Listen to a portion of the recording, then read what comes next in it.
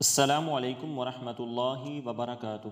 حضرت سیدنا علی بن ابو طالب رضی اللہ تعالیٰ عنہ سے روایت ہے، وہ فرماتے ہیں کہ حضور نبی اکرم صلی اللہ علیہ وسلم نے مجھے بے چینی اور سختی کے وقت یہ دعا پڑھنے کی تعلیم دی: لا الہ الا اللہ الحلیم الکریم، سبحان اللہ و تبارک اللہ رب العرش العظیم، والحمد للہ رب العالمین۔ نہیں ہے کوئی معبود برحق ماں سوائے اللہ تعالیٰ کے، وہ بردبار اور کریم ہے، اللہ تعالیٰ پاک ہے، اللہ تعالیٰ بابرکت ہے، جو عرش عظیم کا رب ہے، اور ساری تعریفیں اللہ تعالیٰ کے لیے ہیں جو تمام جہانوں کا رب ہے۔ ایک روایت میں الحلیم کی بجائے الحکیم کے الفاظ ہیں۔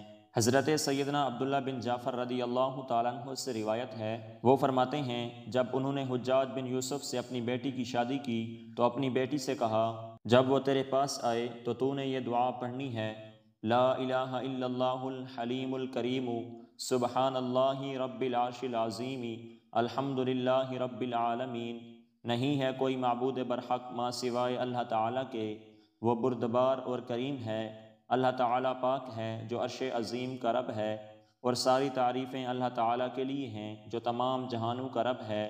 ان کا خیال تھا کہ جب کوئی معاملہ رسول اللہ صلی اللہ علیہ وسلم کو پریشان کر دیتا تھا تو آپ صلی اللہ علیہ وسلم یہ دعا پڑھتے تھے۔ حماد راوی کہتے ہیں کہ میرا خیال ہے کہ حجاج بن یوسف اس خاتون تک نہ پہنچ پایا تھا۔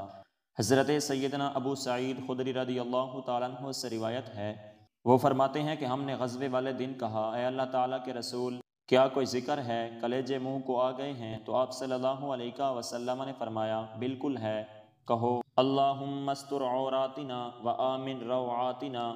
اے اللہ تعالیٰ ہمارے عیوب پر پردہ ڈال اور ہماری گھبراہٹوں کو امن دے۔ پس اللہ تعالیٰ نے دشمنوں پر ایسی ہوا چلائی کہ اس ہوا کے ذریعے ان کو شکست دے دی۔